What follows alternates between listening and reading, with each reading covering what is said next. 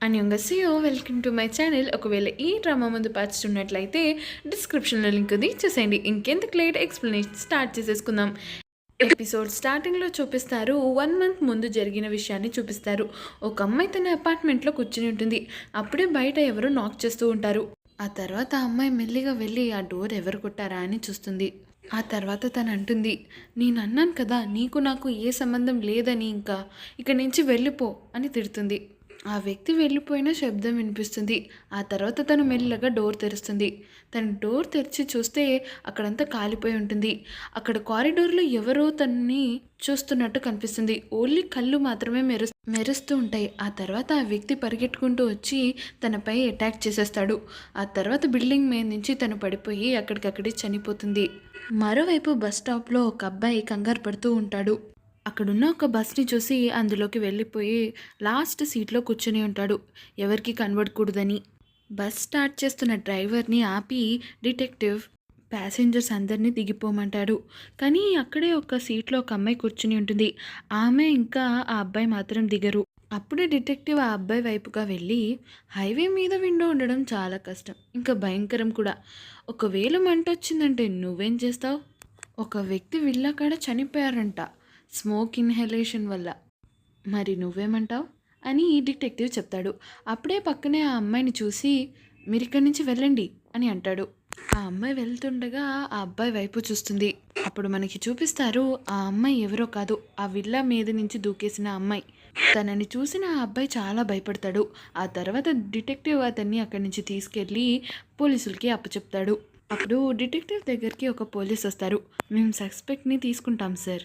అప్పుడు డిటెక్టివ్ తన లైటర్తో సిగరెట్ని వెలిగించామని అనుకుంటాడు. కానీ లైటర్ ఎంతసేపటికి ఆన్ కాదు. ఇది నో స్మోకింగ్ ఏరియా సార్ అని పోలీస్ చెప్తారు. దానితో డిటెక్టివ్ అక్కడి నుంచి వెళ్ళిపోతారు. నెక్స్ట్ సీన్లో ఒక ముసలాయన కుకింగ్ షో చూస్తూ ఉంటారు. అప్పుడే అతని విండో బయట ఎవరో ఒక వ్యక్తి నీడ కనిపిస్తుంది. ఆ తర్వాత ఆ వ్యక్తి డోర్ నాక్ చేస్తారు. ఇంతటితో సీన్ కట్ అయిపోతుంది. నెక్స్ట్ సీన్లో డిటెక్టివ్ ఆఫీస్లో తన డెస్క్ పైన ఉన్న టేబుల్ ల్యాంప్ సరిగ్గా వర్క్ చేయకపోవడం చూస్తాడు. బిల్డింగ్ మీద నుంచి దూకేసిన అమ్మాయి కేసుని చూస్తూ ఉంటాడు. అప్పుడే తను మళ్ళీ తన లైటర్తో సిగరెట్ని వెలిగించాలని అనుకుంటాడు. కానీ ఎంతసేపు ట్రై చేసినా ఆ లైటర్ పనిచేయదు.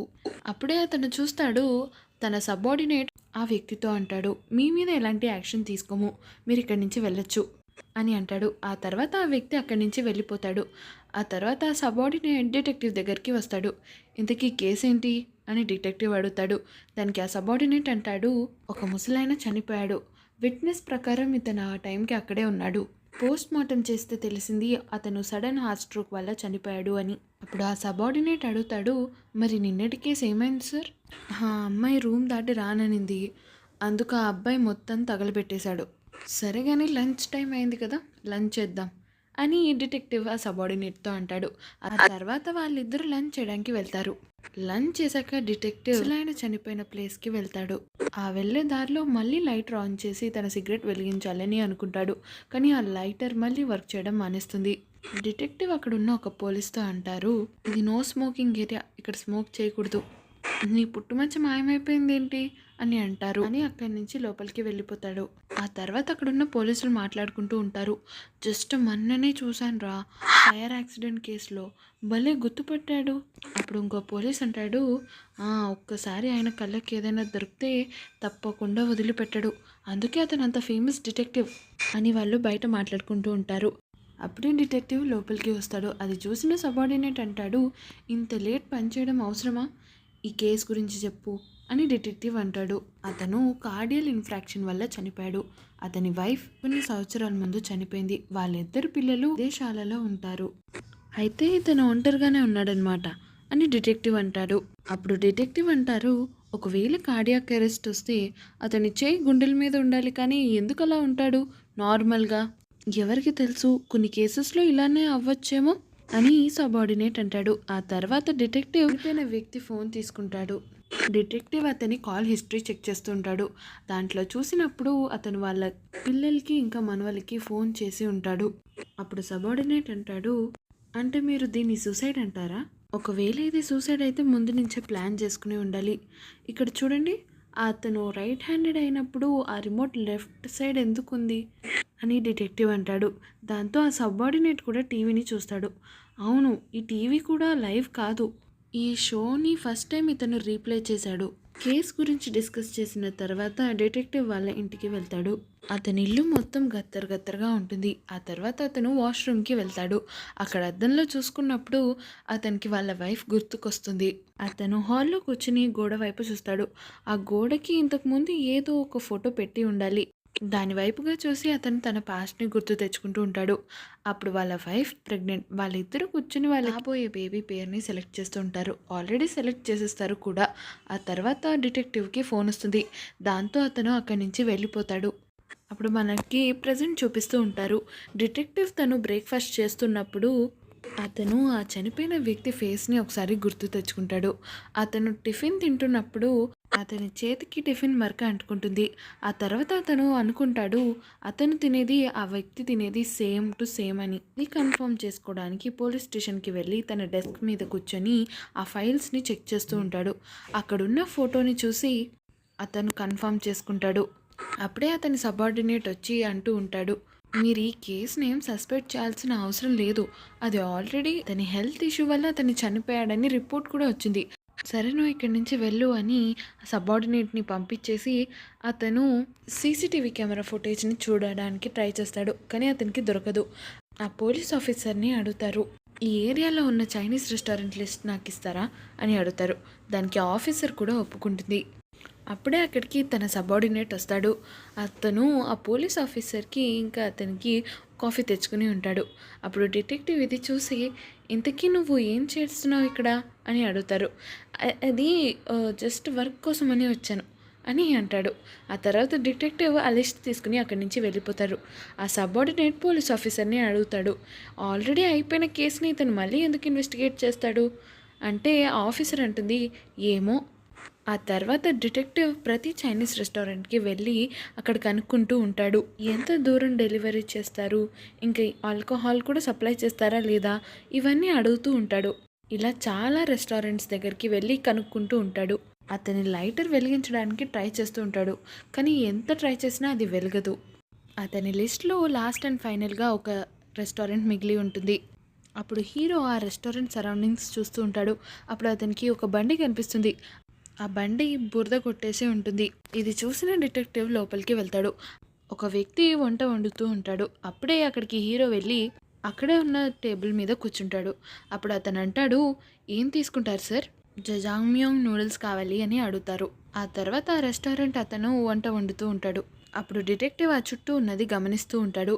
అప్పుడు అతనికి క్విక్ డెలివరీ అని సైన్ కనిపిస్తుంది. దాంతో డిటెక్టివ్ అడుగుతాడు, మీరు డెలివరీ కూడా చేస్తారా? మరి డెలివరీ యాప్స్లో మీ రెస్టారెంట్ రాదే? అప్పుడు ఆ వ్యక్తి అంటాడు, కస్టమర్స్ వాళ్ళ విధానంగా మా రెస్టారెంట్ నుంచి డెలివరీ చేసుకుంటారు.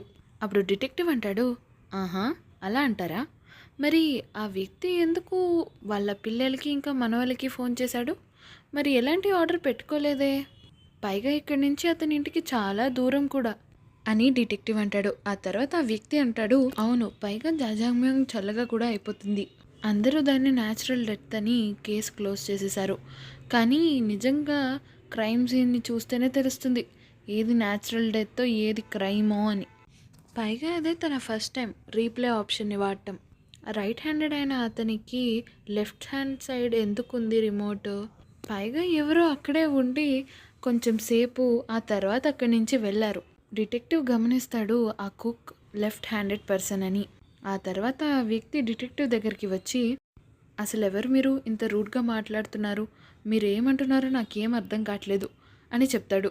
అప్పుడు డిటెక్టివ్ అంటాడు, షూరా సార్, పే చేసి అక్కడి నుంచి వెళ్ళిపోతాడు.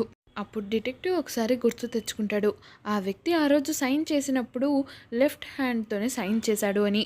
ఆ డాక్యుమెంట్స్ని కూడా ఒకసారి చూస్తాడు. అతని ప్రీవియస్ కేసెస్ కూడా ఇతనితోనే లింక్ అయి ఉన్నాయని గమనిస్తాడు. నెక్స్ట్ సీన్లో ఒక అమ్మాయి రోడ్ మీద పరిగెడుతూ ఉంటుంది. తన వెనకాలే ఆ రెస్టారెంట్ అతను పరిగెడుతూ ఉంటాడు. వీళ్ళిద్దరిని గమనిస్తూ డిటెక్టివ్ ఉంటాడు. ఆ అమ్మాయిని చంపడానికి ప్రయత్నిస్తున్న ఆ రెస్టారెంట్ అతన్ని కాలర్ పట్టుకొని ఆపుతాడు. ఇప్పుడు ఆ రెస్టారెంట్ అతనితో డిటెక్టివ్ అంటాడు, నువ్వు మళ్ళీ చంపడానికి ప్రయత్నిస్తున్నావా అని ఆ అమ్మాయి వైపు చూస్తాడు. ఈ అమ్మాయి ఆల్రెడీ చనిపోయింది ఫైర్ యాక్సిడెంట్లో అని గుర్తు తెచ్చుకుంటాడు. ఆ అమ్మాయి కళ్ళల్లోంచి రక్తం కారుతూ ఉంటుంది. అప్పుడే ఆ వ్యక్తి బాగానే గుర్తుపట్టావు డిటెక్టివ్ అని ఆ రెస్టారెంట్ అతను అంటాడు. అక్కడి నుంచి అతను పారిపోవడానికి ప్రయత్నిస్తాడు. అప్పుడు డిటెక్టివ్ అతన్ని పట్టుకొని మాట్లాడటానికి ప్రయత్నిస్తాడు. అప్పుడే ఆ రెస్టారెంట్ అతని కళ్ళు పిల్లి కళ్ళుగా మారిపోతాయి. నీ కళ్ళు ఏంటి ఇలా ఉన్నాయి అని డిటెక్టివ్ అడుగుతాడు. అప్పుడే ముందు నుంచి ఒక బండి వస్తుంది. ఆ తర్వాత సీన్ కట్ చేస్తారు. ఇక్కడ లైట్ షాప్లో వన్యాన్ దగ్గరికి ఆ డిటెక్టివ్ వచ్చి అడుగుతాడు, నేను ఒక సస్పెక్ట్ని వెతుకుతున్నాను. ఆ రెస్టారెంట్ వ్యక్తి ఎలా ఉంటాడో చెప్తాడు వన్యాంగ్కి. అప్పుడు వన్యాంగ్ అంటాడు, మీరు ఇక్కడెందుకు వెతుకుతున్నారు? ఈ ప్లేస్ ఒకటే ఇక్కడ తెరిచి ఉంది కాబట్టి ఇక్కడికి అడగడానికి వచ్చాను. అప్పుడు జియాంగ్ తన సూట్ కేస్ తీసుకుని అక్కడి నుంచి వెళ్తూ ఉంటుంది. ఆ తర్వాత ఆ సూట్ కేస్ నుంచి కింద రక్తం కారుతూ ఉంటుంది. అది చూసిన డిటెక్టివ్ అంటాడు, మీకేమైనా దెబ్బ తగిలిందా అని అడుగుతాడు. దానికి జియాంగ్ అంటుంది, లేదు నాకు ఈరోజు హెల్త్ బాగాలేదు అని అంటుంది. బయట బాగా వర్షం పడుతుందని లోపలికి వచ్చాను అని జియాంగ్ అంటుంది.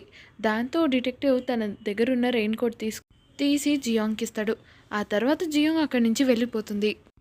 అలా వెళ్తూ ఉండగా జియాంగ్కి హ్యుంజు కనిపిస్తుంది. హ్యుంజు వెళ్ళినట్టే వెళ్ళి మళ్ళీ తిరిగి వస్తుంది. హ్యుంజు లైట్ షాప్ డోర్ తీసి అది నేను అని చెప్పడానికి ప్రయత్నిస్తుంది. అప్పుడు వన్యాంగ్ అంటాడు, నేను బాగానే ఉన్నాను, నువ్వు ఇక్కడి నుంచి వెళ్ళు అంటే సరే అని హ్యుంజు అక్కడి నుంచి వెళ్ళిపోతుంది. అప్పుడు డిటెక్టివ్ వన్యాంగ్తో అంటాడు, మీకు రాత్రి బాగానే కస్టమర్స్ వస్తారు, పైగా అలాగే నేను కూడా ఇక్కడికి రాగలిగాను. అప్పుడు మనకి చూపిస్తారు, అక్కడే డిటెక్టివ్ డెస్క్ మీద ఉన్న టేబుల్ ల్యాంప్ అక్కడే ఉంటుంది. ఈ స్టోర్కి ఇన్ని లైట్స్ ఉండటం వల్లే దీన్ని బాగా గుర్తుపట్టగలుగుతున్నాం అని అంటాడు. మరి ఇంతకీ ఆ రెస్టారెంట్ వ్యక్తి ఎవరంటారు? మీకు ఈ ఎపిసోడ్ ఎలా అనిపించిందో కామెంట్ సెక్షన్లో కామెంట్ చేయండి. Thanks for watching. Please like and subscribe to my channel.